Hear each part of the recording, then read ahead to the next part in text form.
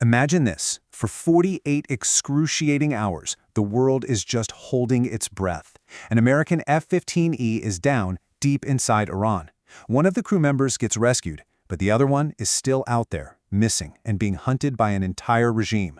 And then finally, this news breaks. And there it was. A U.S. government official confirmed it.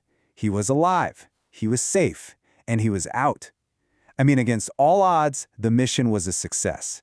It's a crazy story of survival, elite military training, and just an unbelievably high-risk operation. So you gotta ask, right? How on earth did they do it? How did U.S. forces manage to get an officer out from deep inside hostile territory, all while under heavy fire? All right, let's get into it and unpack what some are calling one of the most daring rescue operations in recent history. So our story really kicks off on a Thursday night over Iran. What started as a flight suddenly turned into a desperate fight for survival. So here's the basic timeline of how it all went down. An F-15E gets hit, both crew members punch out. The pilot, he's recovered pretty quickly on Friday, but the second crew member, the Weapons Systems Officer, or WSO, he's still out there, all alone, with a massive manhunt closing in on him fast. And that's what sets the stage for this incredibly intense 48-hour chase. You've got one American officer against the full power of the Iranian Revolutionary Guard Corps. It's a true race against time. And this is where it turns into this incredible cat-and-mouse game on the ground. On one side, you have the Iranian forces, the IRGC, local armed tribesmen, all swarming the area. And on the other side, you've got this WSO, putting his elite SERE training to use. That's survival, evasion, resistance, and escape, hiking away from the crash site, finding a good hiding spot on a high ridge, and flipping on his emergency beacon.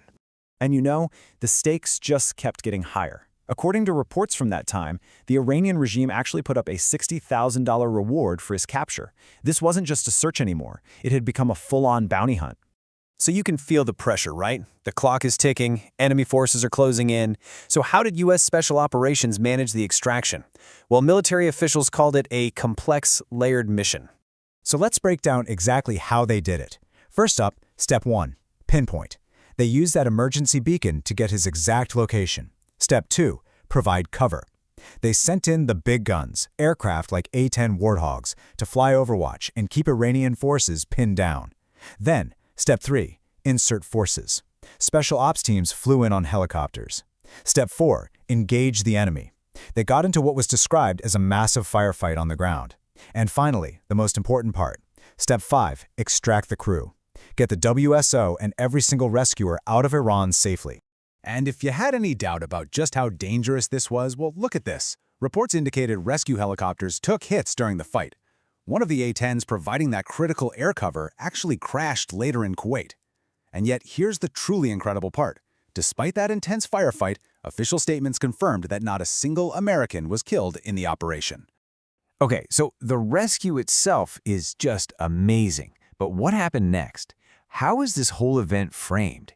Because this wasn't just seen as a military success. Official statements and a lot of the commentary show it was also presented as this powerful message about American capability and, national pride.